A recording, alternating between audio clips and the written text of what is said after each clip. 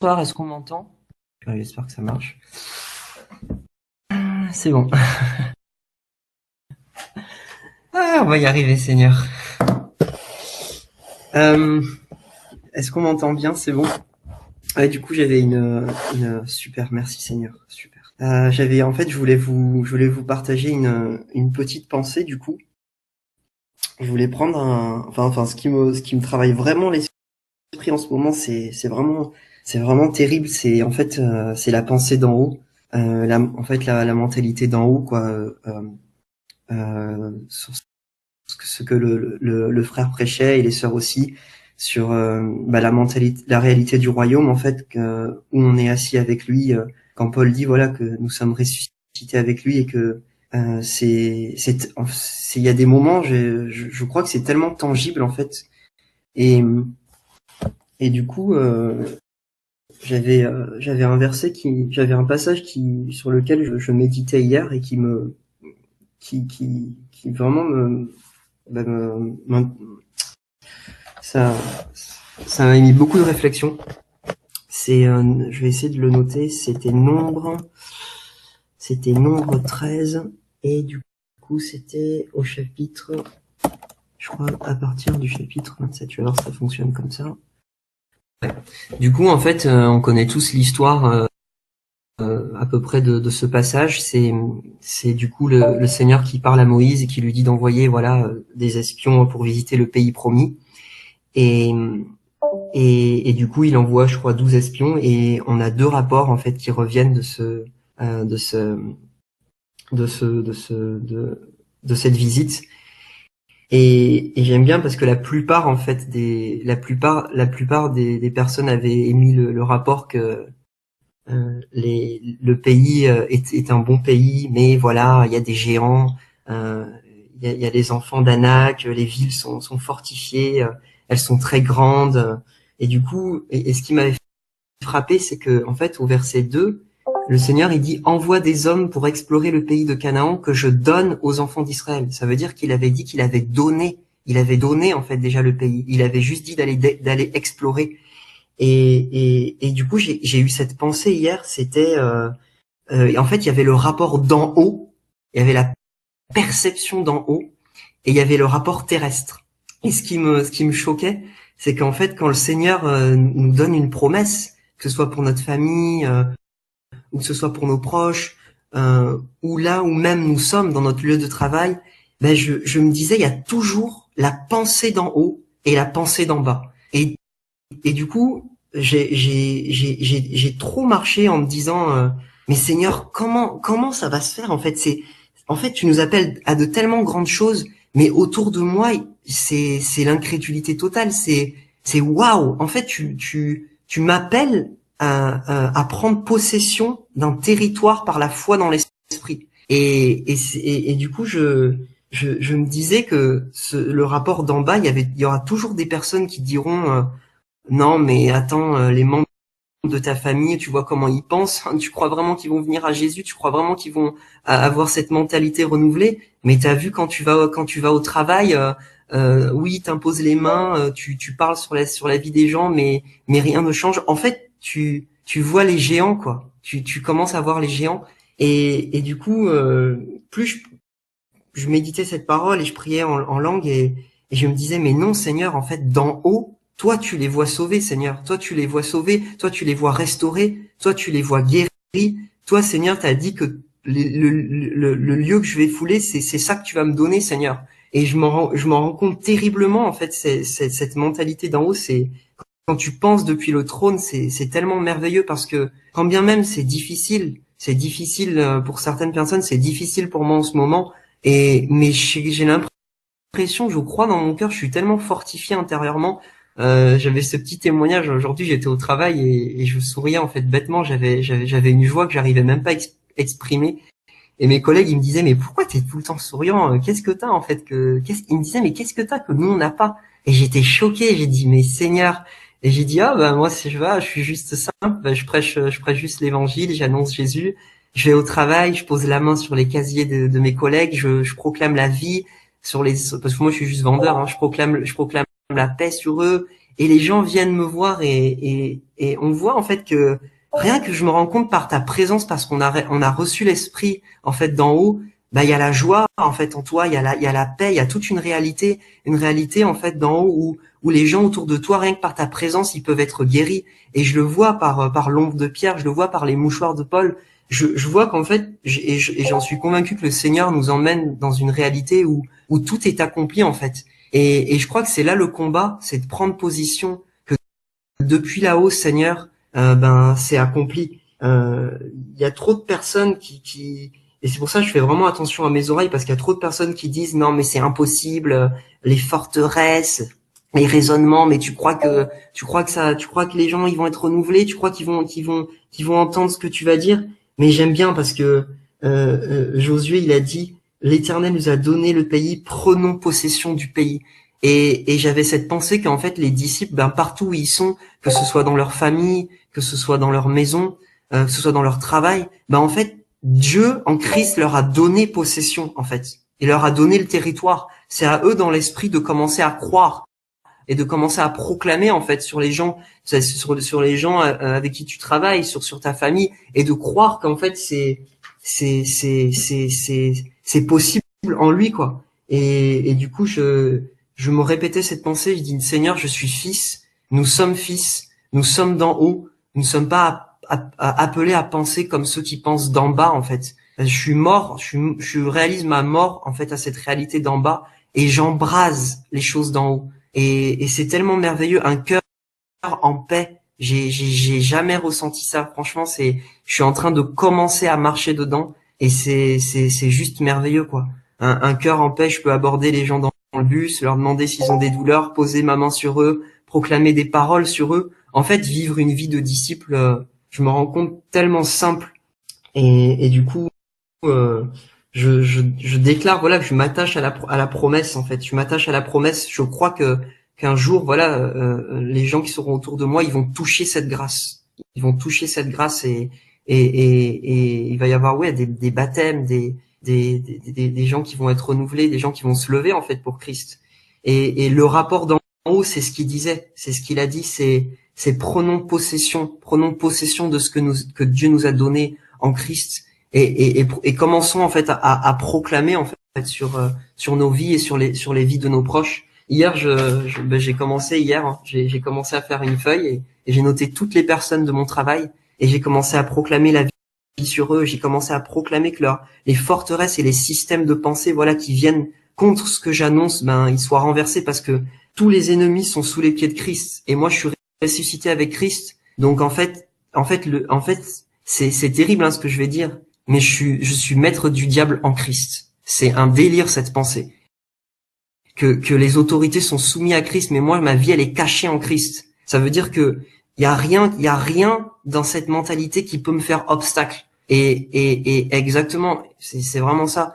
Et c'est là le combat de la foi, c'est que la foi elle parle et elle espère en fait qu'en parlant quelque chose se passe.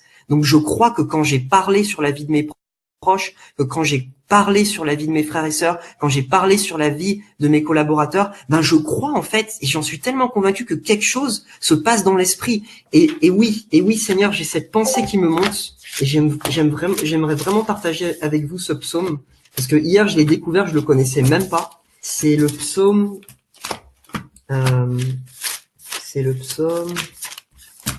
voilà. Alors, ouais, c'est bon. Alors, je le note. C'est vraiment incroyable ce psaume. J'étais limite choqué quand je l'ai lu. C'est le psaume 20, psaume 320.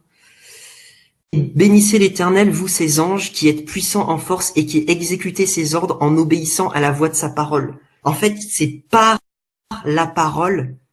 Je crois qu'en parlant la parole, en fait, le ciel, les anges s'exécutent, en fait. C'est un délire, cette mentalité d'en haut. Et il y a quelque chose qui se passe dans les coulisses, en fait, pour le salut, pour la délivrance et pour la victoire de tes proches, et pour les personnes qui t'entourent. Il y a l'esprit de Dieu commence à travailler les cœurs. Je me rends compte que j'étais tellement dans une mentalité, il faut que je convainc les gens, il faut que je leur annonce Christ. et faut que je leur annonce voilà mes opinions, et je me suis rendu compte que c'était que des traditions, et moins je fais, ben plus il agit. Et je m'efforce de rentrer dans ce repos, c'est un délire. Aujourd'hui encore, hier je proclamais sur la vie d'une personne de mon travail, et aujourd'hui je savais même pas, et j'ai mangé avec lui, et il a commencé à me poser des questions sur la religion, sur ce que je croyais, et j'ai commencé à lui annoncer Christ. Il avait une douleur au genou, j'ai posé ma main, il a été guéri, et il m'a dit que ça allait mieux. C'est juste un petit témoignage comme ça. C'est tellement merveilleux, c'est tellement merveilleux de marcher dans cette réalité, de croire en fait que le ciel s'active et le ciel se bouge. En fait, les anges exécutent la parole. Quand Jean il est dans l'Apocalypse, quand il est en esprit, dans la révélation que le Seigneur lui donne, l'ange il lui dit je suis ton compagnon de service. Ça veut dire qu'en annonçant la parole, en marchant dans cette réalité, les anges en fait sont autour de toi et ils confirment en fait la parole et ils s'exécutent. Et tout le combat en fait, je me rends compte, consiste à demeurer, c'est là en fait à rester positionné sur la parole décrétée quoi. Et du coup, ce témoignage, ça m'édifie totalement parce que je ne cherche plus à répondre aux dires des hommes ou aux traditions des hommes, mais je fais confiance en fait en mon Père dans les cieux, qui, je le crois, agit puissamment par la parole décrétée. Mais sans la parole, c'est pas possible en fait. Il a tout fait par sa parole. La première chose que Dieu a fait dans Genèse, c'est qu'il a parlé. Et le Seigneur, je crois vraiment, nous encourage à parler sur nos vies, à parler sur la vie de nos proches, à parler sur ceux qui nous entourent, à proclamer la vie, à décréter que nous sommes fils, que nous avons autorité, que nous marchons dans le royaume, que nous marchons dans cette réalité, et à croire que rien que par notre présence, les démons sont même dérangés, les gens sont guéris, les gens se demandent qu'est-ce qui se passe, les gens commencent à s'interroger sur Dieu. Moi, j'arrive au travail, quand je me change, je pose la main sur les casiers, sur les ordinateurs, sur les chaises. Les gens, ils viennent me voir, des fois, ils commencent à me poser des questions sur Dieu, mais c'est un délire. Et c'est un délire. Et je rends grâce à Dieu parce que je fais rien en fait. C'est lui qui agit à travers moi. Et en fait, cette réalité, elle est tangible dans ta mort. Elle est tangible dans ta mort aux réalités d'en bas. Tu lâches pas les choses d'en bas, tu peux pas attraper les choses d'en haut. C'est véridique, hein. C'est véridique. Et là, je comprends la parole du Seigneur qui dit, celui qui renoncera à sa vie, il la sauvera, en fait. Il la conservera, pour la vie éternelle. En fait, plus tu réalises, en fait, Paul dit dans Romains 6, regardez-vous comme morts. Plus, en fait, tu réalises ta mort, en fait, aux choses du monde, plus tu réalises ta mort, en fait, à tes projets. Et c'est dur, hein, c'est une parole difficile. Je lutte terriblement avec ça. Mais plus je lâche, plus je vois cette réalité dans mon cœur prendre place. Et ce qui est au dedans, c'est ce qui va parler au dehors. Hein. C'est ce que tu mets dans ton cœur, c'est ce que tu vas parler. Et rien n'est forcé. Tout est simple, en fait. C'est comme si c'était fluide. Et je vous encourage vraiment à regarder à votre mort,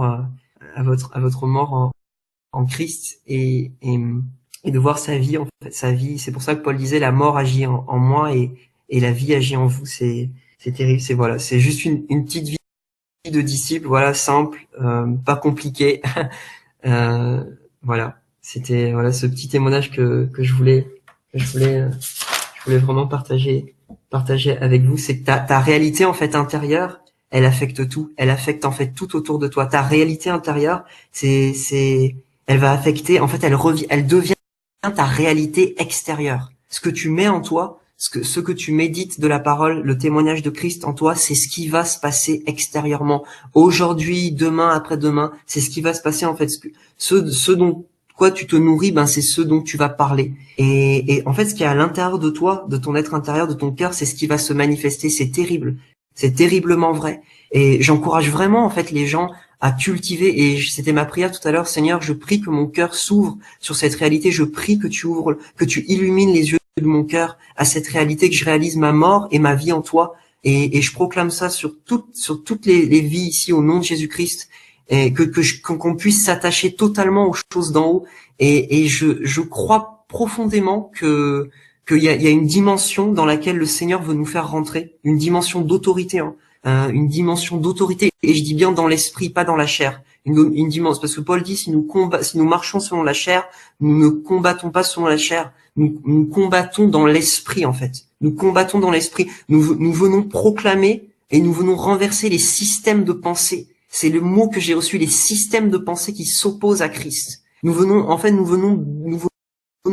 renverser c'est salutaire pour nous, et je sais que c'est répétitif, mais c'est salutaire, nous venons renverser les forteresses, hein, les raisonnements, les hauteurs qui s'élèvent contre la connaissance de Christ dans nos familles, autour de nous, et nous proclamons la vie de Christ, nous déclarons le règne de Christ dans nos familles, nous proclamons le règne de Christ autour de nous, Seigneur, nous déclarons ta paix, nous déclarons ta vie, et nous déclarons que oui, nous avons été oints de ton esprit pour délivrer les captifs, pour libérer ceux qui sont sous l'emprise du diable. Peut-être qu'au travail tu peux pas parler ça, mais tu peux être Jésus. En fait, c'est ton identité avant le faire. C'est ton identité avant le faire. C'est qui tu es avant le faire. Tu peux moi je pose mes mains sur tous mes managers. Mes amis, je pose mes mains sur tous mes managers. Je les bénis. Je dis, oh, que la vie soit sur toi. Que je leur dis mais j'ai pas honte, hein, je lui dis que le règne de Christ soit sur toi. Je proclame la vie sur toi, Greg. Je déclare la paix de Dieu sur toi. Comme ça, je pose ma main sur eux et ils rigolent. Mais je sais que la vie passe et un jour, ils viendront et ils demanderont c'est quoi ton truc? C'est Jésus. C'est Jésus, il est vivant. En fait, j'aimerais te dire, tu agis comme quelqu'un qui a déjà, en fait. C'est ça la mentalité du royaume. C'est ça la réalité d'en haut. C'est que tu agis comme quelqu'un qui a déjà. Tu es fils. En fait, Dieu est en fait, faut oser aussi, hein. Faut oser. Dieu est ton père. Ta vie, elle est cachée en Christ. Christ est ton Seigneur. Tu as domination et autorité sur toutes les puissances de l'ennemi. Et c'est ce qu'on veut te cacher. C'est ce qu'on veut te cacher. Mais tu as autorité sur ces choses. Satan, c'est un menteur. C'est un menteur. Un fils, il vient, il remet de l'ordre autour de lui. Il remet de l'ordre. Seigneur, tu m'as donné Apple. Apple, c'est ton territoire. Oh, je prends possession au nom de Jésus-Christ de Nazareth dans l'esprit de ce que tu m'as donné. Et c'est ça mon combat. Ça peut durer 5 ans, ça peut durer 10 ans, ça peut durer 20 ans. Seigneur, je sais pas comment ça va se faire, mais Seigneur, nous y serons vainqueurs. J'aimerais dire quelque chose. Nous sommes déjà vainqueurs. Nous sommes déjà vainqueurs. Nous prenons possession de ce qui nous appartient. Et on n'est pas des bisounours ou voilà, on n'est pas des, je sais pas, des gens qui pensent d'en bas, qui pensent voilà d'une mentalité charnelle. Non, non, non, non, non. On pense d'en haut. On est fils. On est d'en haut. Et voilà, en fait, c'est juste renouveler sa mentalité d'en haut, hein. Moi, je crois profondément qu'il y a des gens ici, ils sont réellement nés d'en haut, ils ont fait une profonde rencontre avec le Seigneur, mais notre mentalité, hein, à chacun de nous, elle doit être renouvelée. C'est terrible, elle doit être renouvelée. Elle doit être renouvelée par les choses d'en haut. On doit parler les choses d'en haut sur nos vies. On doit parler Christ, en fait. Moi, pour terminer avec ça, ben j'ai décidé, et je vous le dis, c'est mon témoignage d'être vraiment radical avec ça. On a vraiment tellement une grâce de pouvoir avoir les enseignements sur Discord du grand frère ou de vous-même, des frères et sœurs. J'en mets un chaque matin quand je suis dans le bus. J'en mets un avant de dormir et je ferme mes oreilles à autre chose et c'est comme si je m'immerge, je me plonge dans le monde de Dieu en Christ. Et forcément, autour de moi, la paix règne, la justice règne, la délivrance règne, la guérison règne, la joie règne. Et cette vie, elle est en chacun de nous, hein. Personne ici n'est spécial. C'est juste que le spécial habite en chacun de nous. Et c'est ça qui est merveilleux. Donc voilà, c'est ce que je voulais vous partager. Merci de m'avoir écouté.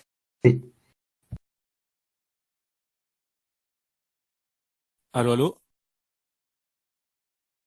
Est-ce que tout le monde m'entend? Je sais pas du tout utiliser tout ça là. Bon, on m'entend nickel? Yes.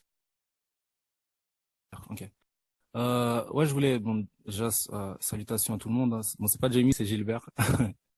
Mais simplement pour rebondir sur ce que le frérot était en train de dire, C'est poignant et c'est magnifique. J'étais en train de partager hier avec une sœur et moi je me souviens il y a quelques temps je traversais cette période en fait où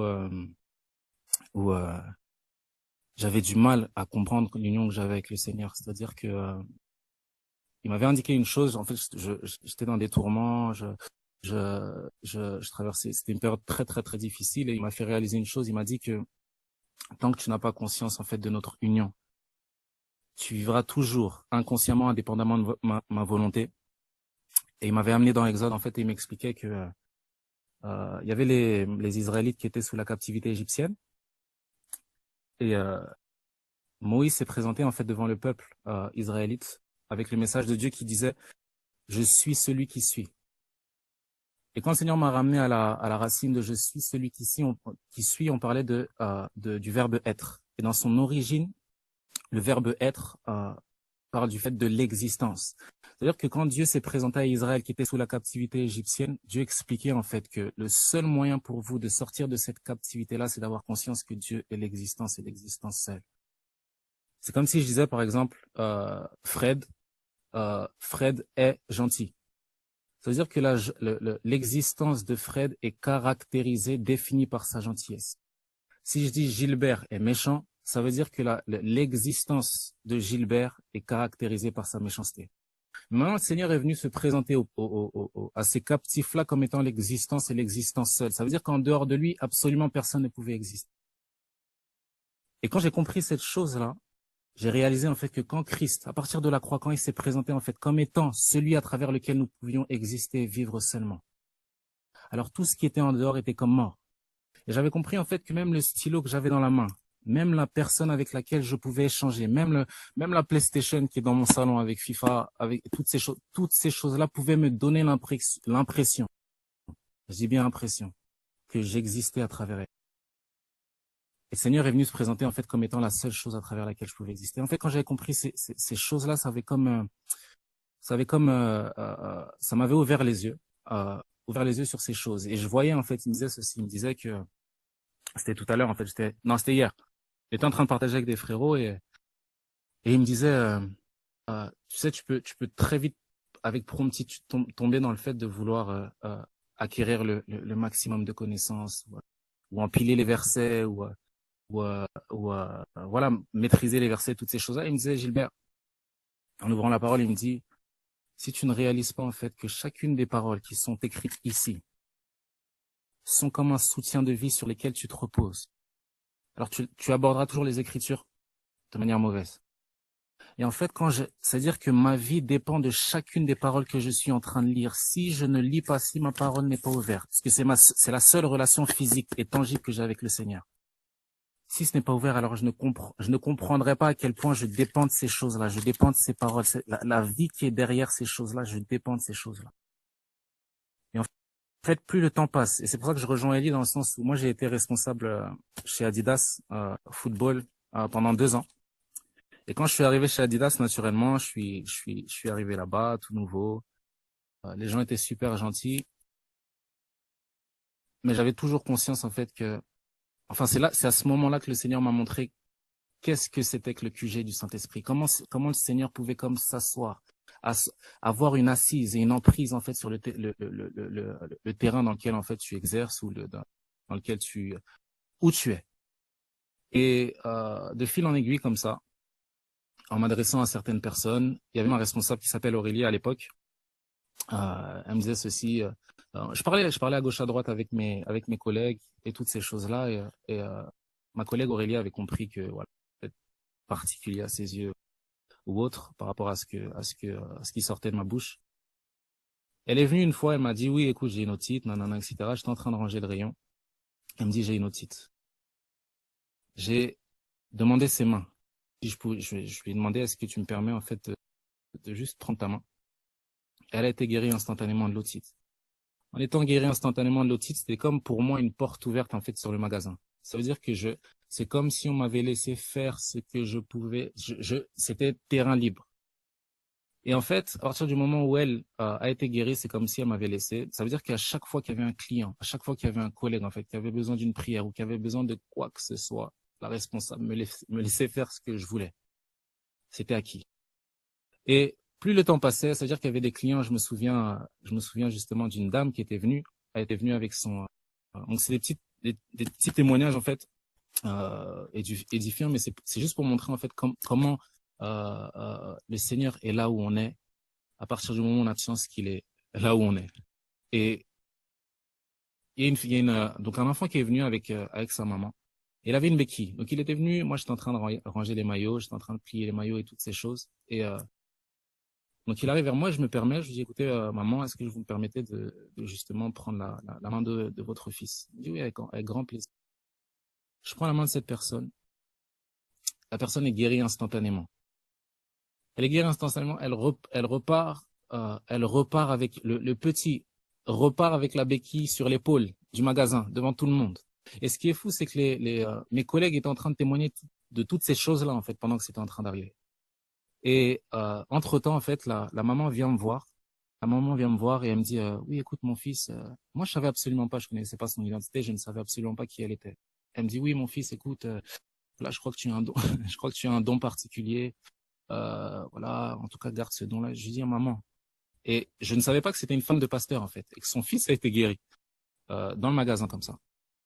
Et elle vient, elle me dit oui, tu as un don particulier, voilà, non, non, en tout cas, voilà, chéris ce don, garde ce don, en tout cas, et tout. Je dis maman, en tout cas, sache que tous les fils de Dieu sont appelés à manifester cette vie. En fait, c'est pas propre à moi. Ça veut dire que l'esprit, en fonction du besoin qui se présente, se manifeste quoi qu'il arrive. Et je crois fermement que tout le monde est appelé à faire ces choses-là. Il disait oui, en tout cas, voilà, sois béni, etc. Elle est partie. Et ça, c'était tout, ça devenait tous les jours. Ça veut dire qu'il y a même une petite fille comme ça qui était indienne. Donc elle était typée indienne. Elle avait peut-être, allez, 6 ans. Elle est en train de courir dans les rayons. Elle est en train de courir dans les rayons. Et elle boitille. Et naturellement, je suis parti la voir. Je lui ai demandé, je lui ai dit, est-ce que tu me permets de prier pour toi pour que ta douleur parte? Et elle me donne sa main vraiment innocemment. Elle est guérie instantanément. Elle est guérie instantanément. Maintenant, sa mère vient me voir 30 minutes après. Elle me dit, oui, écoutez, monsieur, bah, j'ai vu que ma fille était, euh, était guérie, etc. En tout cas, je ne sais pas ce qui s'est passé, mais j'aimerais vous dire merci. Je dis, madame, en tout cas, sachez que voilà, Jésus vous aime. Et c'était peut-être, voilà, de l'extérieur, en fait, pour moi, elle était hindoue. Moi, je ne savais même pas qu'il y avait enfin, c'était pas apparent. Et en fait, elle était chrétienne et je ne le savais absolument pas. Elle était comme ça, l'a comme fortifiée, renforcée, en fait, dans sa vie avec le Seigneur. Et plein, j'en ai des dizaines et des dizaines. Et en fait, et tout ça pour dire, en fait, que cette vie, à partir du moment où tu la portes, elle est à toi, elle est avec toi. J'avais ce réflexe-là quand j'étais dans la réserve, en fait, du magasin. J'ouvrais toujours ma Bible sur les proverbes. Donc, simplement pour lire, quand j'allais chercher une paire de chaussures ou quand j'allais dans la réserve, et ben, c'était juste pour moi, pour m'édifier personnellement. Et les gens savaient, ça veut dire que c'était évident aux yeux des gens. C'était évident aux yeux des gens, les gens savaient absolument. Non, ce qui se passe, c'est ceci. C'est-à-dire que les mercredis et les samedis, c'est des jours de vente. C'est-à-dire c'est les jours où le flux est beaucoup plus important. Et ce qui se passe, c'est qu'on nous demande, nous, d'être devant les rayons pour pouvoir justement diriger les clients. Et en fait, on se met devant comme ça, il y a deux collègues. Il y a Cédric et Jennifer. Il y a Cédric et Jennifer qui sont là. Et Cédric, il avait toujours cette fâcheuse tendance à parler de tout et n'importe quoi. Rien d'édifiant pour les oreilles. Et c'est là que le Seigneur m'a dit, ta fermeté est salutaire pour les autres. Si Jésus était le chemin, la vérité et la vie, c'est que à travers lui, en fait, les gens pouvaient être comme guidés. C'est-à-dire qu'il n'avait pas de chemin si ce n'était pas lui. Et à chaque fois que Cédric me voyait, euh, soit ne pas répondre, soit regarder à gauche, soit regarder à droite, il était comme perturbé. Et il voyait que je priais pour les clients, il voyait que je faisais toutes ces choses-là. Donc il savait dans son cœur, il y avait comme ça bouillonnait un petit peu. Et un jour, il est venu me voir. Donc malgré toutes les bêtises qu'il avait pu sortir et malgré ce qu'il manifestait de l'extérieur, son cœur parlait autrement. Et il vient me voir et il me dit, ouais frérot, donc ça c'était quelques semaines après, il vient me voir, il me dit, écoute, euh, ouais voilà, sache que comment ça se passe par rapport à la prière, parce que je vois que toi, par rapport à Dieu, tout ça, non, non, non, etc. Je lui dis, écoute frérot. Donc on a partagé ensemble et il m'harcelait. Donc il m'harcelait, c'est-à-dire que moi-même j'oubliais de lui ramener une Bible, c'est lui qui m'harcelait. Il me dit frérot, t'as encore oublié? Je dis purée, je te ramène ça la prochaine fois. Il me dit mais t'as encore. Donc il m'harcelait. Je ramène la Bible. Quelques jours plus tard, je rentre dans la réserve. Donc, il y a ma Bible qui est toujours là. Je vois une Bible qui est en face de la mienne, ouverte sur les passages de Genèse. J'ai dit, eh. Ça veut dire que ça commence, c'est le QG du Saint-Esprit était là. Et donc, il posait des questions. Il me disait, tu sais, Genèse, c'est un truc de fou, mais purée, nana, je suis en train de lire Genèse actuellement. Mais c'est-à-dire, nos conversations avaient totalement changé. C'était plus des, ouais, regarde la fille qui est là, non, elle est trop belle, non, non, non, etc., etc. Non, c'était, voilà, le Saint-Esprit, dans la fermeté, est venu comme asseoir son règne. Et donc, c'était comme ça. Et c'est super marrant, puisque quand j'entrais dans le magasin, en fait, moi, j'avais toujours ce réflexe-là de dire, oui, écoutez, ouais, Gilbert, comment tu vas? Ouais, écoutez, les gars, ça va par la grâce de Dieu, on est là, tout ça, c'est cool, non, non, non, etc. Et à cause de ces tocs de langage, entre guillemets, t'avais un gars comme ça, Rémi, donc super cool et tout. Euh, il vient, il me dit, ouais, pourquoi donc d'un ton moqueur, d'un air moqueur, il dit, ouais, pourquoi tu dis tout le temps la grâce de Dieu? Ça veut dire quoi, ça? Non, non, non, etc.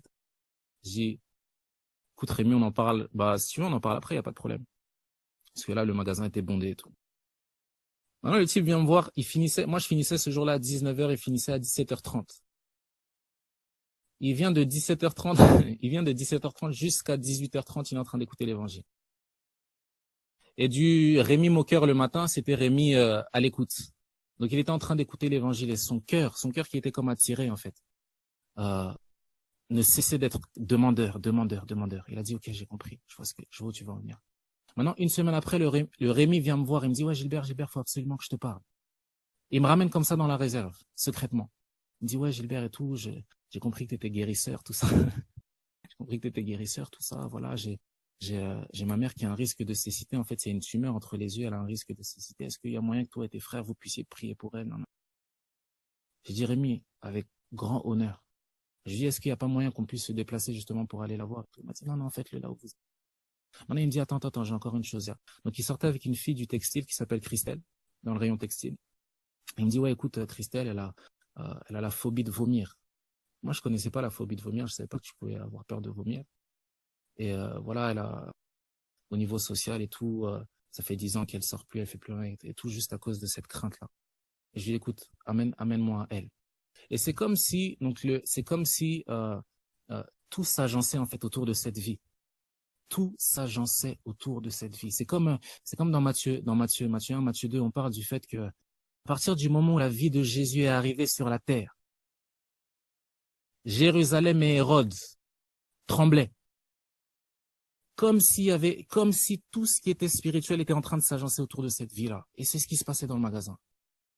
Donc il m'amène à Christelle. Donc Christelle, elle me dit, oui, elle est toute en pleurs. Je dis, Christelle, arrête de pleurer et tout, je vais me faire pleurer. Elle me tend ses mains, je tends ses mains, on prie dans le magasin pendant que les clients sont en train de passer. Et là, c'est parti chez les caissiers. C'est parti, le directeur. Tout le monde y est. C'est-à-dire que même si aujourd'hui, là, tu vas, donc c'est un magasin qui amasse pas les eaux. Même si aujourd'hui, tu vas, tu demandes à l'accueil. Tu leur demandes, oui, écoutez, il y aurait pas quelqu'un qui croyait en Christ ici, etc. Les gens savent que Jésus est passé dans les pas.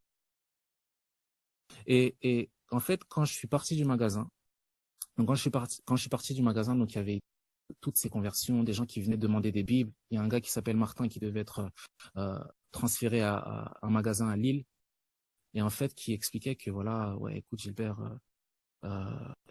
moi ça va pas trop et tout, je suis pas sur le droit chemin, pas une Bible dans les parages. Donc c'est devenu le quartier de dealers de Bibles. Donc les gens venaient à gauche à droite, ça demandait des Bibles, les gars qui se moquaient, Benjamin qui est venu me donner. Donc voilà, c'était même plus la tendance, ça veut dire que si t'avais pas la parole, t'étais pas à la mode. Donc c'était magnifique. Et c'est après tout ça que le Seigneur m'a fait comprendre, en fait, comment sa vie pouvait prendre place à partir du moment où tu te disposes et tu la laisses s'exprimer naturellement. Il m'avait toujours expliqué ceci, il m'expliquait, en fait, que, euh, Gilbert, sache que c'est par ta mort, c'est à travers ta mort que je m'exprime, c'est à travers ta mort que je vis. En fait, sans ta mort, je ne peux pas m'exprimer. Sans ta mort, je ne suis absolument rien, même si je suis tout.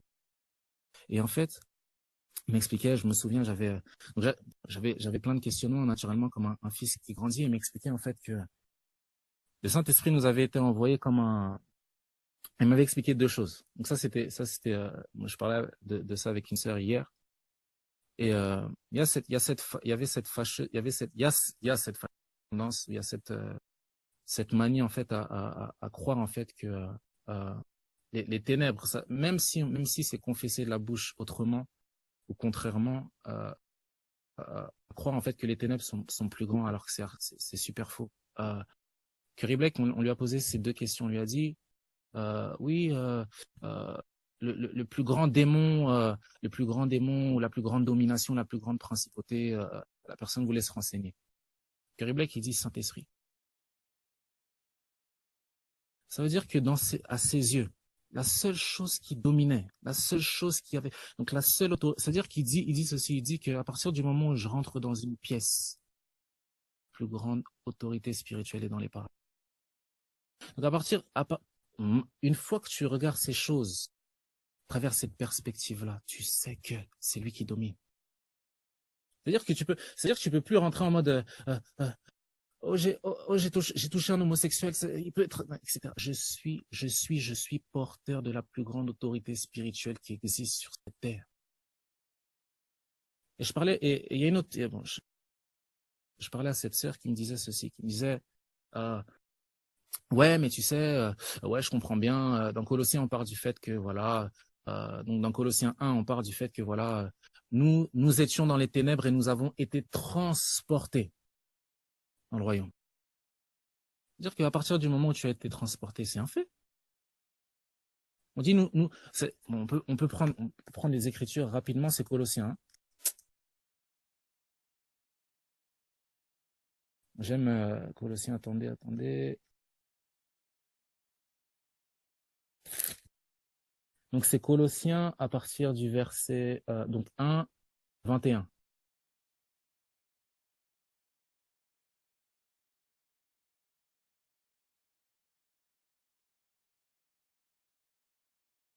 Merci Maxime.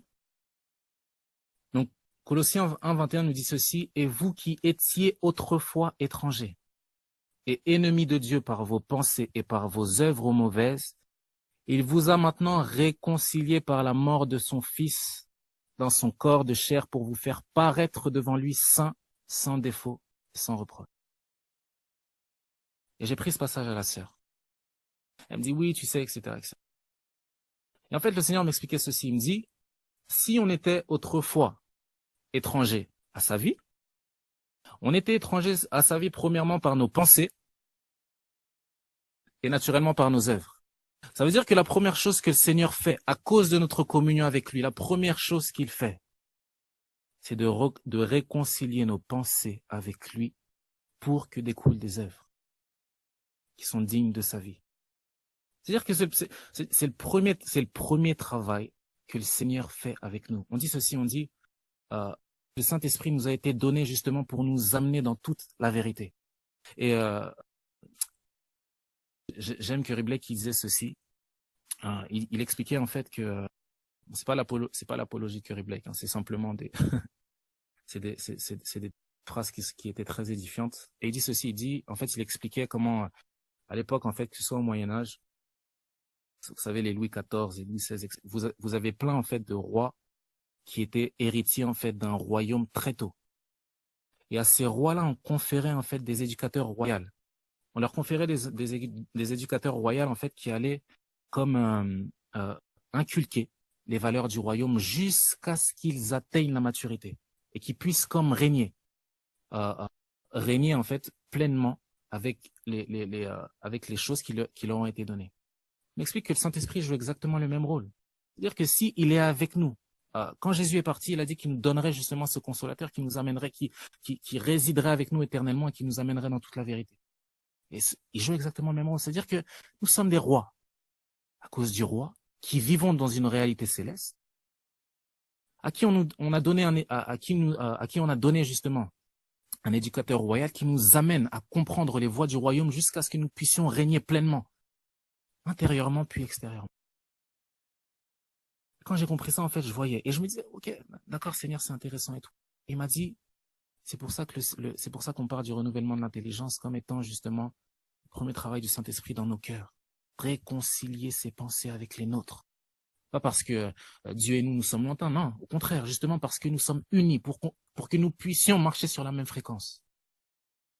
Pour que nous puissions justement produire des œuvres qui sont dignes justement de ce royaume-là. J'ai dit ok. Il m'avait dit ceci. Il me parlait de, vous savez, dans Genèse, en fait, je me disais oui, j'en parlais récemment avec un frérot, enfin avec des frères et tout, et il me disait ceci, il me disait, ouais Seigneur, comment ça se fait? Je lui demandais en fait par rapport au combat des pensées, parce qu'il y en a, etc.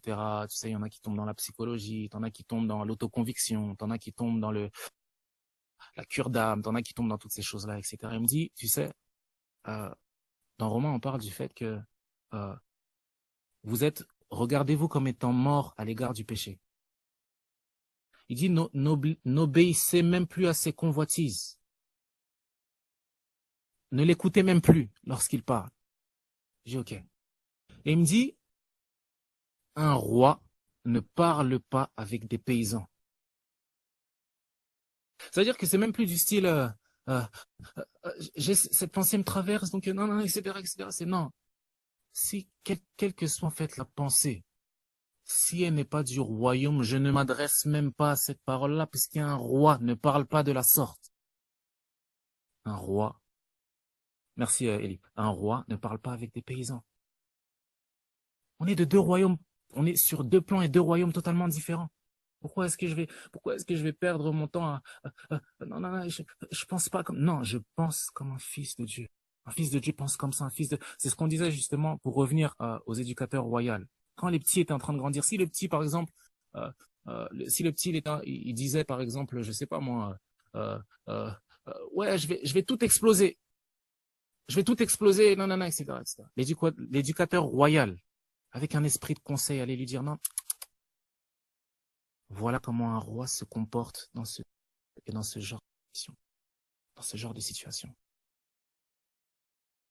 Mais j'en ai marre de...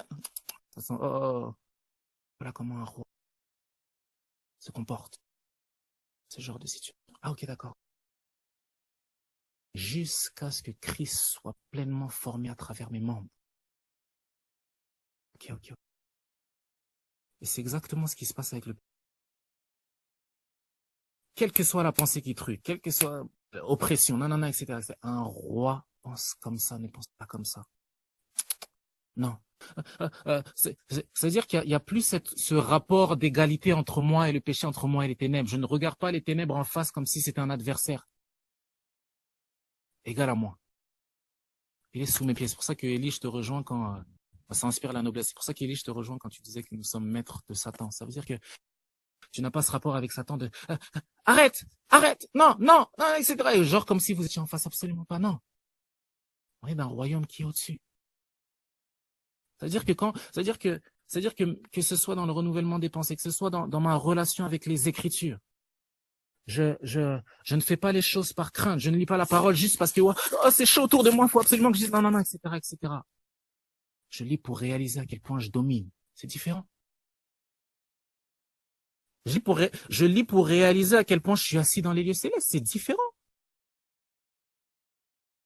C'est-à-dire, je suis pas, faut absolument que là je sois en langue parce que là c'est, non, non, non. Je suis en langue parce que je suis un soldat assis dans les lieux célestes.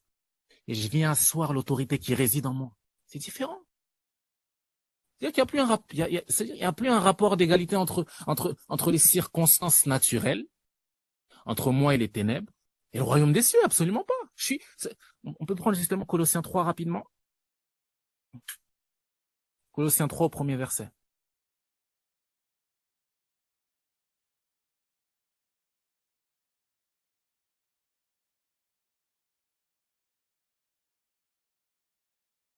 Ok, on dit ceci, on dit si donc vous êtes ressuscité avec Christ. Donc c'est un fait. Si donc vous êtes ressuscité avec Christ, recherchez les choses d'en haut où Christ est assis à la droite de Dieu. Attachez-vous aux réalités d'en haut et non à celles qui sont sur la terre. Ok, je lisais ça, le Seigneur m'explique ceci, il me dit, si tu habites au Pérou, tu vas pas aller chercher les choses qui sont en Chine. Tu habites au Pérou. Et qu'est-ce qui se passe lorsqu'on déménage dans un endroit? Quand tu déménages d'un endroit à un autre, qu'est-ce que tu fais? Si tu vas dans un nouveau pays, tu vas t'acclimater avec la culture. avec le langage, avec les expressions, avec la nourriture.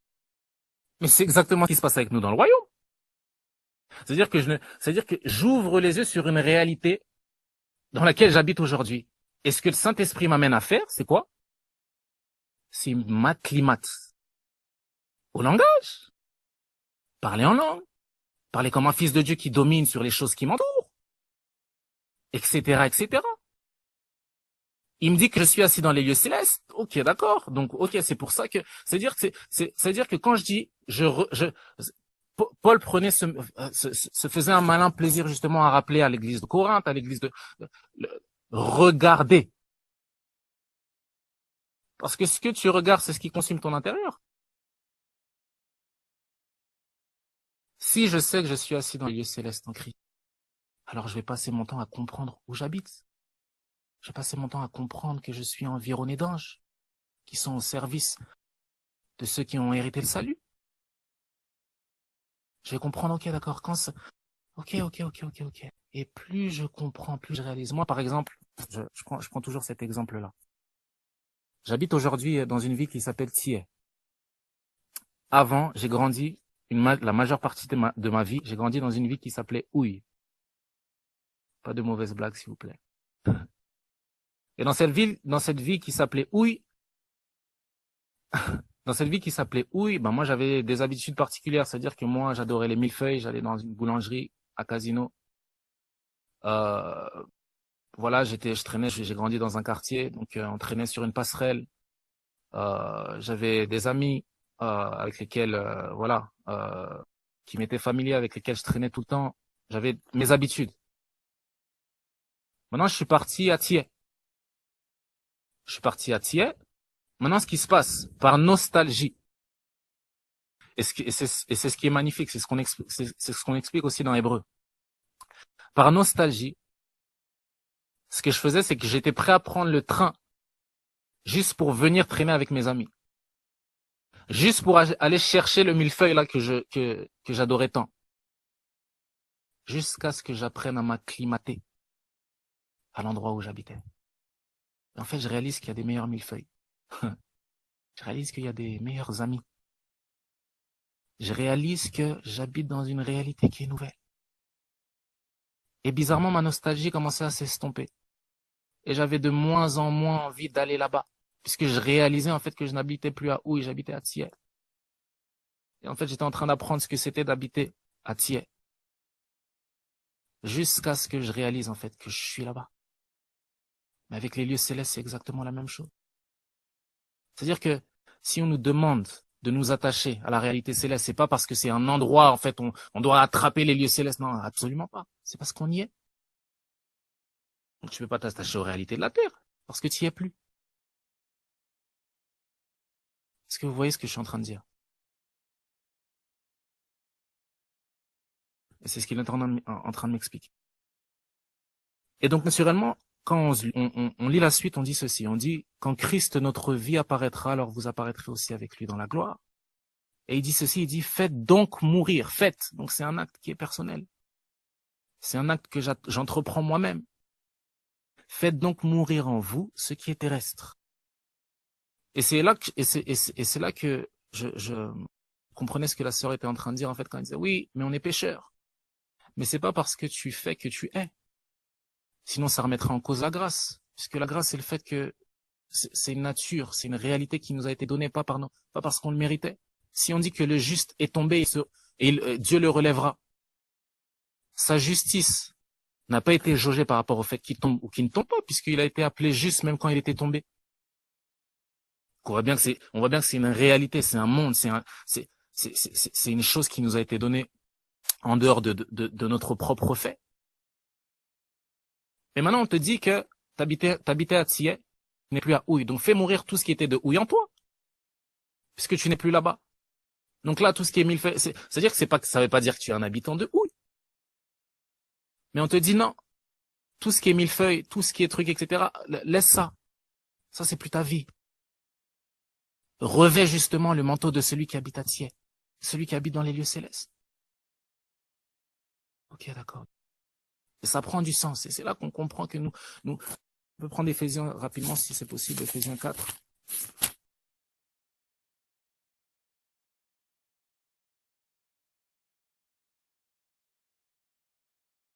Éphésiens 4 à partir du verset 20.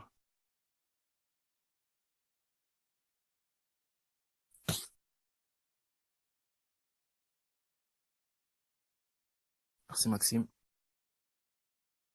Donc, Éphésiens 4, 20, on nous dit ceci, on nous dit, mais vous, ce n'est pas ainsi que vous avez appris à connaître Christ. Quand on monte plus haut, on parle des non-croyants et de leur intelligence obscurcie, leurs yeux qui étaient ouverts à une réalité qui était ténébreuse. Mais on dit que vous, c'est pas ainsi que vous avez appris Christ. Et quand on descend un peu plus bas, on va au verset 22, on nous dit ceci, on nous dit, on vous a enseigné à vous débarrasser du vieil homme qui correspond à votre ancienne manière de vivre et qui se détruit sous l'effet des désirs trompeurs. Ça veut dire que le Saint-Esprit, cet enseignant, cet éducateur royal, nous fait réaliser ce qui est vrai à nos yeux désormais. Ah, ok. Donc, en apprenant Christ, je suis ça. Je suis ça. Voilà ce que je suis. Voilà ce que, d'accord, je suis assis dans les lieux célestes. Ok, d'accord. Je comprends maintenant la parole de Jésus qui disait, les renards ont des tanières, etc., etc. Le Fils de l'homme n'a aucun endroit où reposer la tête. Mais sur quel plan il parle? Quand les disciples de Jean sont partis le voir, il est resté avec eux. Il a dormi quelque part. Il partait à Capernaum. Il partait en Galilée. Il dormait. Mais il dit que lui, il n'avait aucun endroit où reposer la tête. Parce il reposait sa tête là-haut. Là où il habitait. Et c'est ce que le Saint-Esprit passe son temps à faire dans nos cœurs. Tu habites là-haut, tu habites. Pourquoi est-ce que tu es en train de combattre les réalités terrestres alors que là-haut? Un fils de Dieu n'est pas comme ça. Un fils de Dieu domine. Un fils de Dieu se met à genoux, réalise constamment ce. C'est pour ça qu'on c'est pour ça qu'on rend continuellement des actions de grâce. On dit merci pour ce qui nous a été donné. On dit merci pour ce que nous avons acquis à travers sa grâce. Merci Seigneur, merci pour le fait que tu m'as transformé totalement. Merci. Une parole qui dit, vous avez purifié vos âmes par l'obéissance à l'Esprit. Parce que l'Esprit nous a donné des vérités, on a obéi sur ces paroles-là.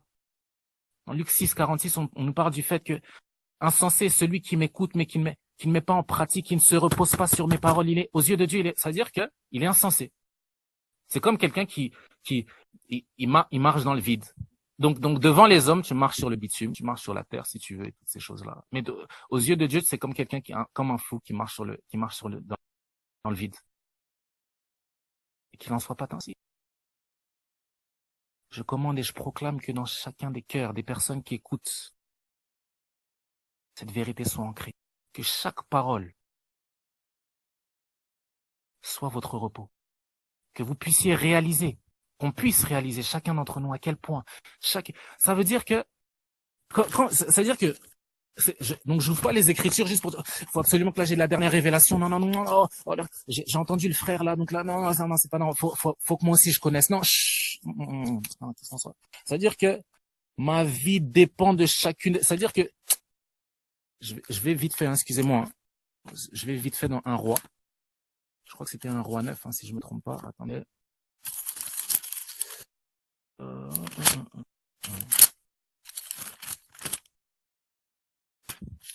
Un roi. Quand Élie s'est enfui, en fait, il y avait Jézabel qui a.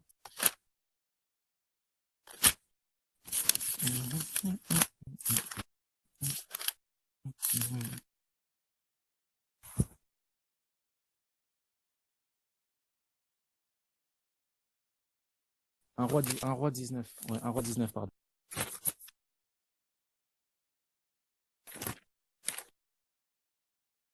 Un roi 19,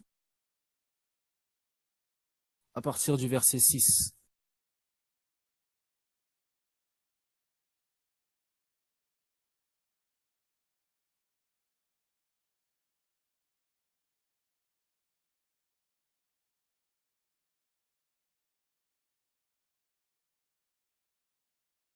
Yes.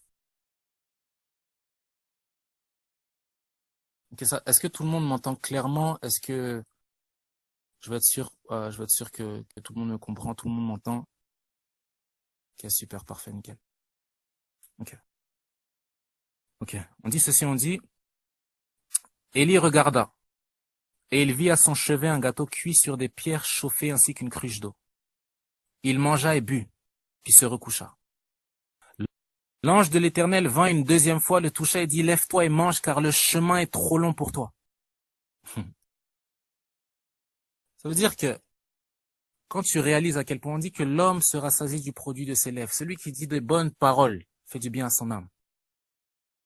L'homme ne se nourrira pas de pain seulement, mais de toute parole qui provient de la bouche de Dieu.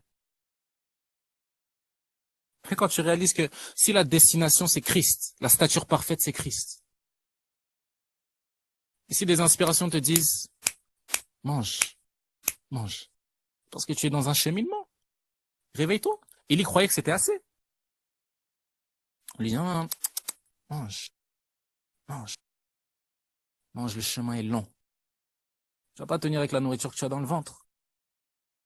J'aime bien ce que Smith Wigglesworth aimait bien dire. Il aimait bien dire ceci. Il dit, mais regardez, les gens espèrent, en mangeant un repas froid par semaine, pouvoir grandir, maturer spirituellement. C'est pas possible.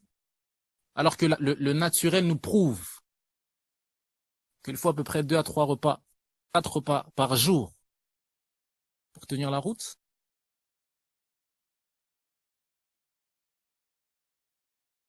Mais c'est naturel. Que chaque parole que vous lisiez soit une nourriture. Ça veut dire que quand j'ouvre la parole, c'est pas dernière oh, Shikoro Sandara, dernière non, c'est que chaque parole que je suis en train de lire est une nourriture pour mon être intérieur, qui me permet justement d'avancer vers la stature parfaite qui est celle de Christ, et qui est formée à travers mon esprit, et qui se forme à travers mon âme, continuellement. Je marche sur le chemin et je lis. Et je lis et je me remplis de sa parole, je me remplis de cette nourriture qui me permet justement d'être endurant, persévérant à travers les épreuves. Continuellement. C'est-à-dire que tu peux plus regarder, c'est-à-dire que tu peux plus regarder la parole comme ça et juste un ensemble de, c'est le piège dans lequel les Juifs sont tombés. C'est-à-dire que vous sondez les Écritures pensant trouver en elles la vie éternelle, alors qu'elles témoignent d'une réalité qui est supérieure. Chaque parole est vivante. Chaque parole nous ouvre les yeux sur une nouvelle réalité. Chaque parole nous révèle un aspect de Christ. Et je vais juste finir sur ceci. Je bataillais énormément avec mes pensées. C'est ce que j'avais demandé au Seigneur et il m'avait expliqué en fait que non, vous étiez autrefois ennemis. Ennemis de Dieu par vos pensées, par vos mauvaises œuvres. La chose que le Seigneur fait, c'est réconcilier mes pensées avec les siennes. Pas parce que je dois atteindre un standard divin qui me permet mais parce que je suis uni avec lui et nous avons désormais le même langage. C'est différent. Ça veut dire que les œuvres et les actes que je suis en train de porter découlent naturellement de ma communion et de ma compréhension de ce que je suis désormais dans mes pensées. Je peux poser la question à chacune des personnes qui est là. Si je vous demande est-ce que vous pensez aujourd'hui comme vous pensez il y a 5 ans, vous allez me dire quoi? Eh bien sûr que non. Mais ce que vous faites aujourd'hui, c'est la conséquence naturelle de ce que vous pensez aujourd'hui. Pas de ce que vous pensez hier. Mais c'est exactement la même chose. Ça veut dire que, à force et à mesure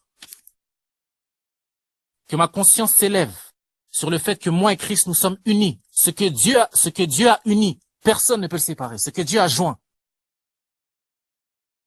Non, non, je marche dans cette, ok, d'accord. Ok.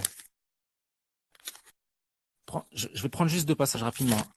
C'est comme ça que le Seigneur me conduit, mais, donc, Matthieu 7, 21. C'est super, en tout cas, que je parle sur le fait que le Seigneur ouvre nos yeux sur cette réalité-là. Parce que c'est établi. C'est un fait. Que personne ne vous fasse croire que vous êtes en train, c'est-à-dire que vous marchez dans une réalité qui est actuelle, qui est là. Mais les yeux ne sont pas forcément totalement ouverts. Et c'est là qu'on grandit. Matthieu 7, 21.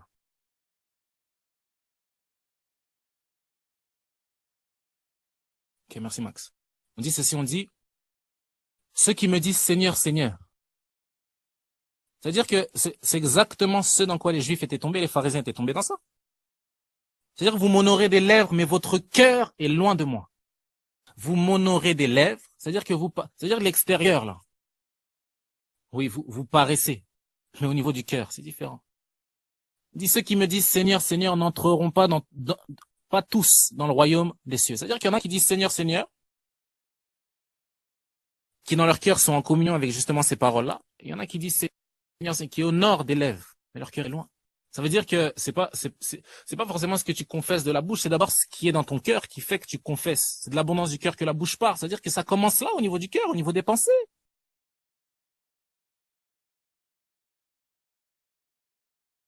Ce ne sont pas ceux qui me disent Seigneur, Seigneur qui entreront dans le royaume, mais seulement ceux qui font la volonté de mon Père céleste. Et la résonance que ça a eu dans le cœur justement de ces personnes qui ont écouté ces paroles, c'est ok. Bah nous on a fait la volonté, on a fait la volonté, on a fait la volonté. On a chassé des démons, on a fait beaucoup de miracles en ton nom, etc., etc. Donc eux ils ont associé volonté au fait de faire ces choses. Maintenant il dit, éloignez-vous de moi, vous qui commettez le mal, qui commettez l'iniquité. Je ne vous ai jamais connu. Et bizarrement, quand on parle d'iniquité, quand on parle de péché, on parle de désobéissance. Ça veut dire que même de l'extérieur, quand ils donnaient l'impression d'obéir, aux yeux de Dieu, ils étaient désobéissants. Bizarre. Ça veut dire que tout a toujours commencé par le cœur. Toujours. C'est au niveau du cœur que tout commence. C'est de là que jaillissent les sources de la vie, pas de l'extérieur. Mais naturellement, ce que je vais faire sera toujours une conséquence de ma communion au niveau du cœur avec le Seigneur, naturellement. C'est pour ça qu'il réconcilie mes pensées, pour que je puisse produire des œuvres dignes de ma communion avec lui, naturellement. Et il dit, je ne vous ai jamais connu.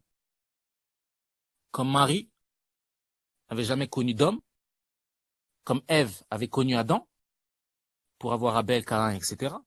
On parlait d'intimité dans un premier temps. Ça commençait toujours au-dedans, pour que ça se manifeste à l'extérieur. C'est pour ça que tu as des gens en fait qui prennent les Écritures comme ça et qui allaient.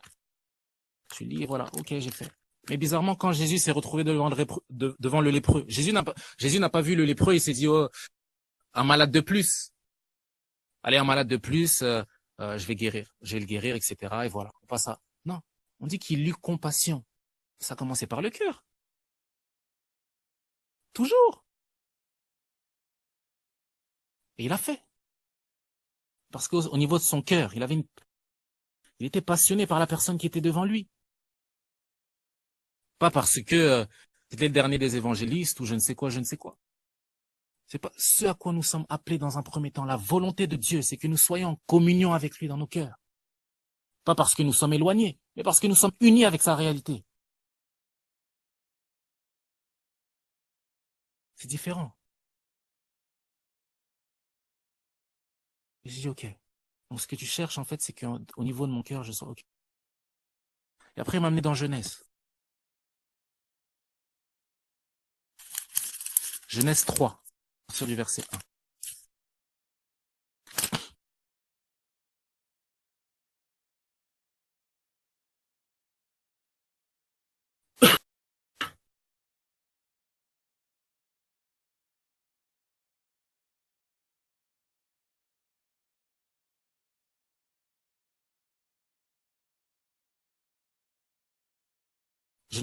Genèse chapitre 3, à partir du premier verset.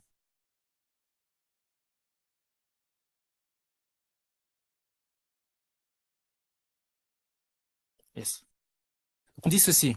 Dans Jean 6, on parle du fait, il dit, mes paroles sont esprit et vie, la chair ne sert de rien. Ça veut dire que ce qui appartient à la réalité terrestre ne sert pas. Ça veut dire que les paroles qui émanent de la bouche de Dieu sont spirituelles, elles sont vitales.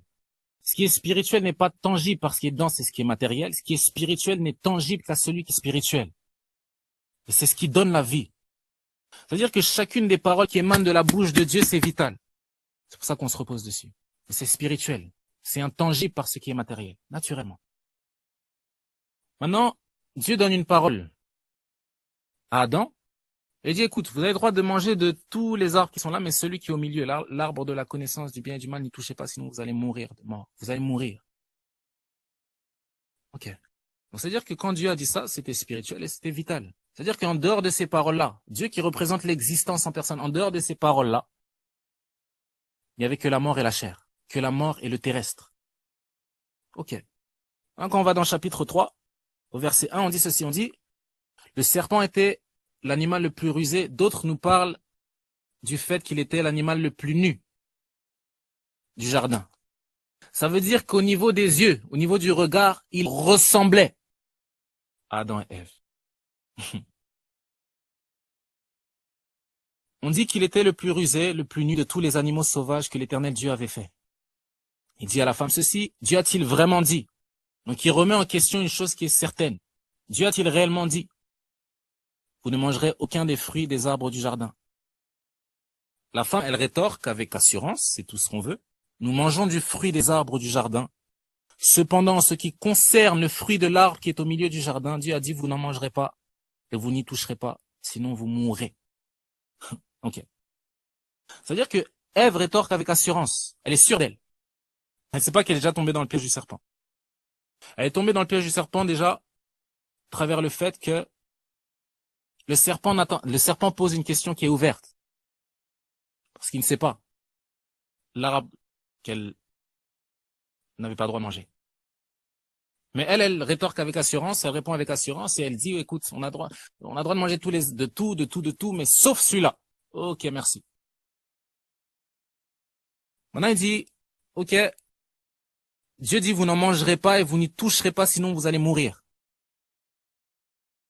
Le serpent dit alors à la femme, vous ne mourrez absolument. Enfin, elle disait ceci juste avant, et le serpent rétorque, il dit, vous ne mourrez absolument pas, mais Dieu sait que le jour où vous en mangerez, vos yeux s'ouvriront et vous seront comme Dieu qui connaîtrait le bien et le mal. Mes paroles sont esprit et vie, la chair ne sert de rien. Ça veut dire que la réalité de Dieu n'est pas au niveau de la terre premièrement, elle est au niveau du ciel. Ève s'est fiée à ce que le serpent a dit, et sur le plan terrestre, le serpent paraissait avoir raison. Maintenant, le piège, on sait que le juste vit par la foi. Le juste ne vit pas par rapport à ce qu'il voit, par rapport à ce qu'il sent, par rapport à ce qu'il entend de ce qui est naturel, mais par rapport à ce que Dieu dit. La foi vient de ce que l'on entend. Nous, ce que nous entendons, nous, c'est la parole de Dieu. Maintenant, le piège dans lequel elle est tombée, Ève, c'est celui-ci. On dit la femme vit. Elle vit. Elle a vu. Donc, à partir du moment où elle a commencé à regarder, c'était une femme morte. Parce que le juste se repose sur ce que Dieu dit. Et ce que Dieu dit, c'est spirituel. Et c'est vital. Donc, dès qu'elle a commencé à regarder, elle était déjà sur le territoire de l'ennemi. Regardez ceci, c'est très intéressant. Elle dit ceci. La femme vit que l'arbre était porteur de fruits bons à manger. Ok. Agréable à regarder, précieux pour ouvrir l'intelligence. C'est là qu'on se pose la question, on se dit ceci. Mais comment elle peut savoir que c'était bon pour ouvrir l'intelligence alors qu'elle n'a absolument pas mangé de ce fruit-là? Les raisonnements de l'ennemi commençaient à prendre forme dans son cœur. C'est comme si moi, par exemple, j'étais devant ma télé et on me dit, écoute, dès que tu manges un Snickers, tu vas exploser. Si tu manges un Snickers, tu vas exploser. Maintenant, dès que moi je passe, je vais au supermarché, bizarrement, dès que je vais regarder le Snickers, cette pensée va venir. Ça se trouve, si je mange du Snickers, je vais exploser. Oh non, je regarde pas ce Snickers, non. Donc les raisonnements commencent à prendre forme. On dit la femme vit que l'arbre était porteur, etc., bon pour ouvrir l'intelligence. Elle prit de son fruit-là et elle en mangea. Parce que ses yeux n'étaient plus rivés sur ce qui était spirituel et vital, ses yeux étaient rivés sur ce qui était charnel, sur ce qui était naturel, sur ce qui était sens, etc. Elle était déjà morte.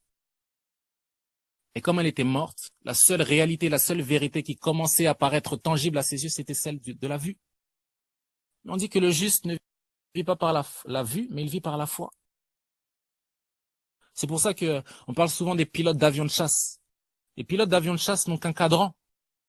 C'est-à-dire que si tu enlèves le cadran qui est lié à la tour de contrôle, Le pilote aussi habile soit-il, le pilote d'avion de chasse va taper dans une tour. Il a besoin d'être guidé, de se reposer sur ce cadran-là qui est la parole. Sinon, il est mort. C'est exactement ce qui s'est passé avec Ève. Maintenant, ce qu'elle fait, Ève, c'est ceci. Elle en donna aussi à son mari qui était avec elle, et il en mangea. Et vous allez voir, on parle du fait que manger, c'est rentrer en communion. C'est ce qui s'est passé avec les disciples. Quand Jésus explique en fait aux disciples que manger de ce pain, en fait, c'est ma chair. C'est-à-dire que vous allez rentrer en communion avec moi. Donc elle mange. Et eux mangent de ce fruit-là. Leurs yeux se sont ouverts. Ils prirent conscience qu'ils étaient nus. C'était leur condition, ça a toujours été leur condition, mais leurs yeux se sont ouverts sur leur nudité. Ils attachèrent des feuilles de figuier ensemble et s'en firent des ceintures. Quand ils entendirent la voix de l'Éternel Dieu en train de parcourir le jardin vers le soir, l'homme et sa femme se cachèrent loin de l'Éternel Dieu au milieu des arbres du jardin. Cependant l'Éternel Dieu appela l'homme et lui dit, « Où es-tu » Il répondit, « J'ai entendu ta voix dans le jardin et j'ai eu peur parce que j'étais nu, alors je me suis caché. » Écoutez parce que c'est excellent. L'Éternel Dieu dit, « Qui t'a révélé que tu étais nu? Est-ce que tu as mangé du fruit de l'arbre dont je t'avais interdit de manger ?» J'explique. Il mange du fruit. Il rentre en communion avec une nouvelle réalité. C'est exactement le rôle que la parole joue dans nos vies. L'homme ne se nourrira pas de pain seulement, mais de toute parole qui provient de la bouche de Dieu. Ça veut dire qu'à chaque parole, c'est-à-dire à chaque parole que tu manges, petit à petit, tes yeux s'ouvrent sur une nouvelle réalité puisque tu rentres en communion avec une vie. C'est l'effet inverse qui s'est produit avec eux. C'est-à-dire qu'ils ont mangé, leurs yeux se sont ouverts. Ils ont réalisé qu'ils étaient nus. Pourtant, ils n'en avaient point honte, juste avant. Et bizarrement, la voix avec laquelle ils étaient en communion, la voix dont ils n'avaient pas peur au préalable, auparavant, commençaient à avoir peur. Mais comment ça se fait? Et donc, quand on descend un petit peu, on dit, donc Adam dit qu'ils se sont cachés, alors qu'ils ne s'étaient jamais cachés de Dieu. Ils marchaient devant Dieu, en toute tranquillité, etc., etc. Mais là, bizarrement, dès qu'ils entendent la voix de Dieu, ils ont peur. Ils n'osent plus marcher devant Dieu. Alors qu'ils marchaient, Adam commandait justement donner des noms. C'est-à-dire qu'il donnait des noms. Il y avait comme une révérence. Alors maintenant, il commence à se cacher, il a peur. Il se sent faible, il se sent truc, etc. Mais naturellement, ils sont entrés en communion avec une nouvelle réalité. Et tout ce que Satan ressentait, il commençait à le ressentir. Donc dès que Satan entendait cette voix-là, il avait peur, il avait crainte. Et il commençait à entendre ce que Satan entendait, il commençait à ressentir ce que Satan ressentait, etc., etc. Donc maintenant, on dit ceci. Cependant, l'Éternel Dieu appela l'homme et lui dit, « Où es-tu » Quand on parle de nudité, tu sais, on disait justement dans Éphésiens, dans Colossiens, on parle du fait de revêtir Dieu. Vous êtes dépouillé désormais de votre ancienne nature, on dit de revêtir Dieu. C'est-à-dire, sans Dieu, tu es comme nu. Ça veut dire que eux étaient nus, ils n'en avaient point honte parce qu'à leurs yeux, ils étaient couverts. Et ils étaient couverts par une justice qui était celle de Dieu.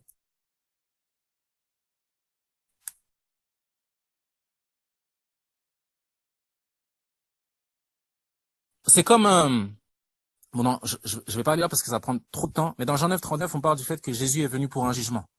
Et on sait que le Jésus des évangiles était venu justement pour les Juifs, pour acheter les brebis perdues de la maison d'Israël. Il dit afin que ceux qui sont aveugles voient, et ceux qui voient deviennent aveugles. Et on sait à quel point les yeux des hommes, des pharisiens à l'époque, étaient ouverts sur leur personne. C'est pour ça que quand Jean-Baptiste vient parler, justement, il leur dit, écoutez, repentez-vous. Et j'ai bien aimé un aîné qui disait ça il y a pas longtemps. Il disait, les pharisiens, les juifs, c'est aux juifs qu'on demandait de se repentir. Mais aux non-juifs, on leur demandait d'accepter cette réalité. Et en fait, les juifs, ils avaient cette maligne tendance à croire que leur statut de peuple élu les justifiait aux yeux de Dieu. Maintenant, Jean-Baptiste, qui était le témoignage, qui témoignait justement à la lumière, il vient dire ceci. Il dit, ne pensez pas pouvoir dire que vous avez Abraham pour père, car sachez que de ces pierres-ci, Dieu peut en susciter des nouvelles. Il parlait du premier-né de toute la nouvelle création, toute la nouvelle créature. Alors, les Juifs en question persistaient dans le fait de croire que par leurs propres moyens et par leurs propres œuvres, ils étaient justifiables aux yeux de Dieu. Dieu est venu justement tous les ramener sur la terre. C'est encore autre chose. Mais pour revenir à ça, le serpent savait absolument qu'à partir du moment, c'est pour ça qu'il dit que Dieu sait que vous deviendrez comme des dieux, qui ont conscience du bien et du mal. Comme des dieux. Ça veut dire qu'il est en train de dire que par vos propres moyens, vous pouvez produire cette réalité également. Alors que c'était absolument pas possible. Maintenant, ce qu'ils ont réalisé, en fait, c'est que sans Dieu, ils se sont sentis nus.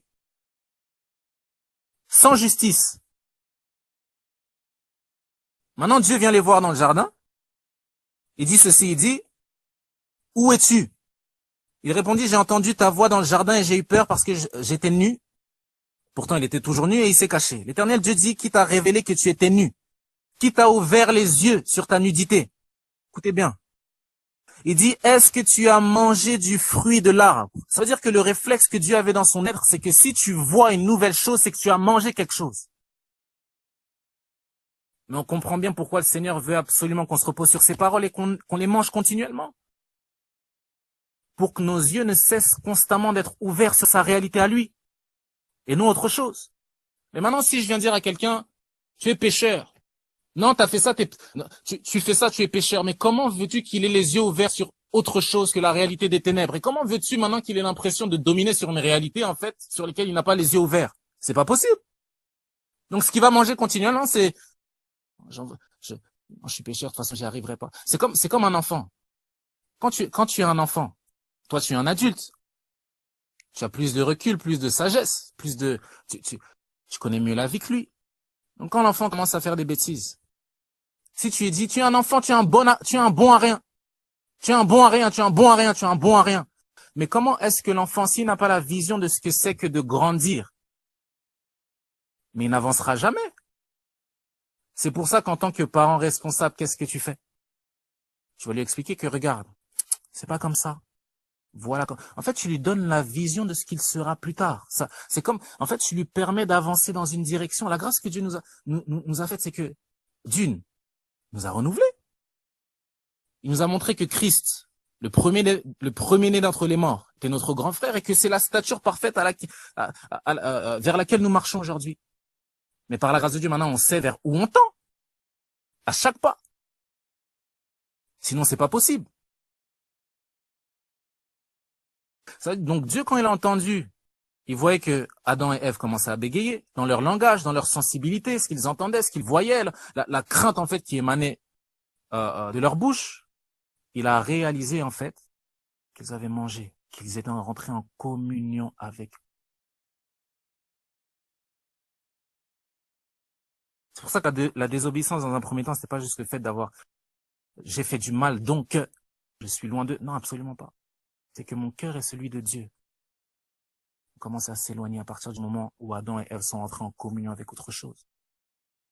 C'est pour ça que la volonté de Dieu, c'est pas le fait de faire, de nanana, etc. Absolument pas. C'était justement d'où le ministère de la réconciliation. Il réconcilie nos cœurs, nos pensées, et puis par conséquent nos œuvres à sa vie. Sinon, c'est pas possible. Est-ce que vous me suivez, ça va?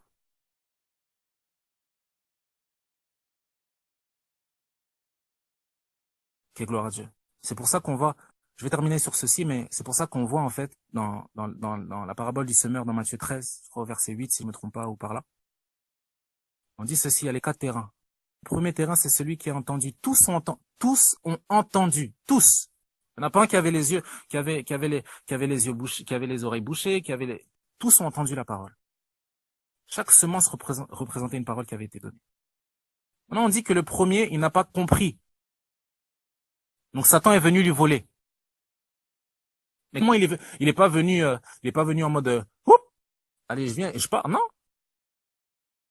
Comment est-ce qu'il est venu voler justement cette semence qui avait été posée dans le cœur de Ève au début? Mais il est venu avec une autre réalité qui paraissait semblable à celle que Dieu était venu donner. Vous serez comme comme. Mais on vit pas dans le comme, on vit dans la vraie réalité. C'est pour ça que c'est pour ça que nous ne basons pas notre foi sur l'ombre des choses à venir, nous basons notre foi sur la réalité actuelle qui est céleste, en Christ. Nickel, merci, parfait. Luc, ok. Etc. Le terrain épineux, il a écouté aussi. Mais on dit que parce que ses yeux, donc vous vous souvenez, Ève vit que l'arbre vit. Le Fils de Dieu ne vit pas par la vue. Il vit par ce que Dieu lui donne. Et celui qui avait reçu la semence justement dans le terrain épineux, il a commencé à regarder autour de lui. Les soucis, le désir de ce monde, les richesses, les coms, là, ceux qui ressemblent aux richesses que Dieu nous a données en Christ. Vous avez été bénis de toutes les bénédictions spirituelles dans les lieux. C'est-à-dire que toutes les bonnes choses que Dieu a pu dire à notre sujet sont en Christ. C'est-à-dire qu'il n'y a aucune parole qui ne peut nous bâtir plus que celles qui nous ont été données en Christ. C'est pas possible. Mais le comme, parce que tes yeux commencent à regarder au comme. Oh, c'est comme l'intimité que j'ai avec le Seigneur. C'est comme tout, même le, c'est-à-dire même le stylo que tu peux avoir entre les mains. Tu commences à le tenir dans tes mains. Maintenant, le stylo te dit, écoute, on peut rester en intimité. Je suis comme Dieu. Je suis comme l'intimité que tu as avec Dieu. Comme. Maintenant, tu commences à tenir la manette de ta PlayStation entre, tu veux plus lâcher ta PlayStation. Puisque la PlayStation, la manette va te parler, va te dire, oui, je suis comme. Je suis comme. C'est-à-dire que oui, moi aussi, je peux avoir une intimité jusqu'à ce que cette personne te laisse. Donc, tu réalises que non. La joie, la paix, toutes mes richesses, ma sainteté, toutes ces choses-là. Il n'y a pas de comme. La vraie, là. C'est en Christ. Maintenant, on dit qu'il a reçu justement sur le terrain épineux. Et on dit que la semence qui était en lui a été rendue infructueuse. Elle a été étouffée. Ça veut dire que chaque semence qui nous est donnée, chaque parole qui nous est donnée cache une réalité qui souhaite fleurir à travers nous. On dit que c'est étouffé. C'est rendu infructueux, ça n'a pas pu... Ça veut dire qu'il y a des gens qui meurent avec toute une réalité ensemencée dans leurs membres. C'est un truc de fou, dans leur cœur.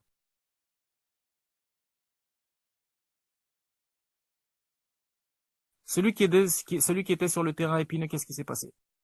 Le terrain pierreux, pardon. On dit qu'il a entendu, on dit même qu'il a reçu ça avec joie. On dit que parce qu'il n'avait pas de racines, on dit pas parce qu'il avait toutes les expériences du monde, ou parce qu'il avait toute la connaissance, non, parce qu'il n'avait pas de racines. Et dans Luc 6,46, quand on parle de la maison qui est bâtie sur le roc, on dit que la maison, les fondements de la maison sont profondément ancrés. C'est pour ça qu'elle tient. Mais comme lui, il est excité par les mouvements actuels, parce que voilà, dès qu'il y a des guérisons, des délivrances qui sont filmées, il est excité, voilà, c'est ça Dieu, c'est ça Jésus, nanana, etc., etc. Allez, whoop. Parce qu'on sait que la vraie réalité, elle commence par le cœur. Parce que cette réalité-là n'est pas enracinée, ancrée dans ton cœur. Tu commences à bégayer. Mais maintenant, le quatrième. Celui qui a reçu la semence sur la bonne terre. On dit ceci, c'est extraordinaire. On dit qu'il a écouté la parole avec joie. Il a pris cette parole comme étant sienne. Il a persévéré. Même quand il ne voyait rien, il a persévéré. Persévérance, persistance. Et bizarrement, cette personne a commencé à porter du fruit. Porter du fruit. Ça veut dire qu'il n'y a absolument rien de mystique avec la réalité divine. Rien. C'est mécanique. C'est-à-dire que de la même manière moi, j'ai des petits frères qui jouent au foot. Et ça veut dire que tu es obligé de vivre dans une certaine condition mentale, de suivre un certain régime alimentaire, d'avoir une routine qui n'est pas celle du commun des mortels pour pouvoir subsister, résister, vivre dans les conditions qui sont engendrées justement par la réalité du haut niveau. C'est naturel. Mais pourquoi ce serait différent pour un fils de Dieu? J'aime un aîné qui disait ceci, je n'ai pas le luxe, je n'ai pas ce luxe-là de donner mes oreilles et ma bouche à tout et n'importe quoi. Je n'ai pas ce luxe, désolé. C'est juste pas possible. En tout cas, voilà. Sinon après ça peut déborder, mais en tout cas, soyez bénis. Je crois fermement que chacune des personnes qui entend, ça veut dire que vos terrains là, fertiles, vont ensemencer vont manifester des réalités qui vous dépassent même jusqu'à aujourd'hui. C'est là que le Seigneur et que le Saint-Esprit nous a, cette vérité, cette réalité qui réside en nous. C'est un fait. Que personne ne vous laisse croire. Le contraire. Donc je crois fermement et je rends grâce. Pas qu'une des vies qui sont là. Chacun vivra pleinement cette réalité en Christ. Et chacun, que vous vous voyez, que vous vous regardez comme étant mort, c'est par sa mort que nous vivons. Et c'est par notre mort que lui peut s'exprimer que vos cœurs, vos membres et vos âmes réalisent à quel point c'est une vérité. Parce que c'est vrai, c'est un fait.